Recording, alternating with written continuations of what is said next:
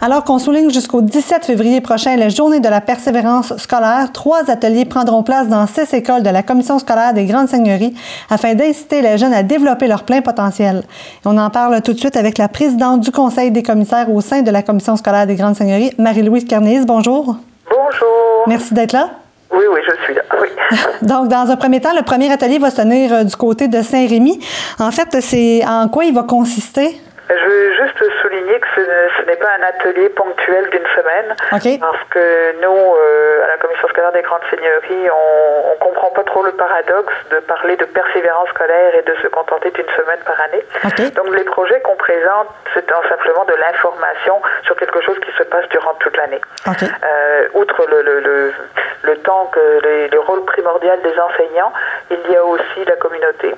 Dans les présentations que je vous fais des trois projets, ce sont des projets qui ont été choisis par la communauté, les directions d'école, dans les écoles en milieu défavorisé, le personnel éventuellement, les représentants de la santé, etc., qui réfléchissent à regarder quels sont les meilleurs choix.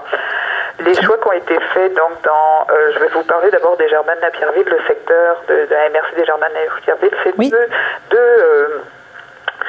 deux projets qui visent principalement l'engagement des jeunes dans leurs études. On repère très facilement un jeune qui est en train de se désengager. C'est un terme, désengager. L'intérêt au niveau de leurs études est en train de faiblir et il faut intervenir rapidement. On intervient dans les classes, mais on intervient aussi dans la communauté. Donc, 2 projets. L'atelier Je m'engage, qui est au niveau des secondaires, des élèves de secondaire 1 et 2 de l'école Pierre Bédard, qui vont être ciblés par leurs enseignants et qui vont travailler par le biais de la Maison des jeunes de Saint-Rémy avec leur famille pour trouver des moyens, des réflexions pour soutenir, pour les familles, pour soutenir leurs jeunes dans leur engagement scolaire. Et l'autre projet, c'est par l'organisme Sourire sans fin.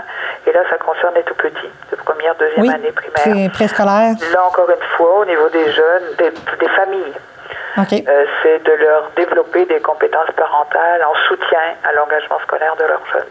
Parfait. Et il y a un troisième et dernier projet qui va être déployé là, dans les écoles de Saint-Mathieu, La Prairie et Châteauguay notamment. Pouvez-vous nous expliquer? Encore une fois, en milieu défavorisé.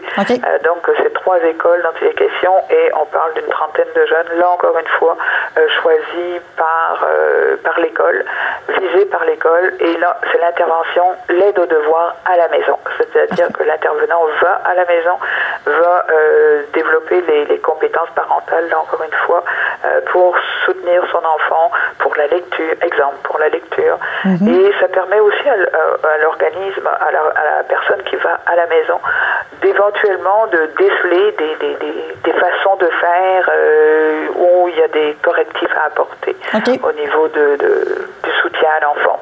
Et autres, tout ce qu'une famille pourrait avoir besoin, en fait, peuvent être vus à ce moment-là. Et ça fonctionne, ça fait déjà 1 an qu'on fonctionne à Saint-Rémy.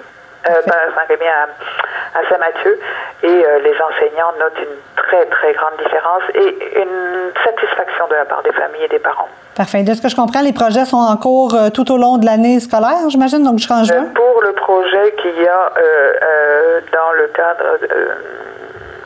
du complexe de partage à nos devoirs. Oui, c'est déjà un projet qui existait, mais qu'on remet en place parce qu'on a du financement pour le faire.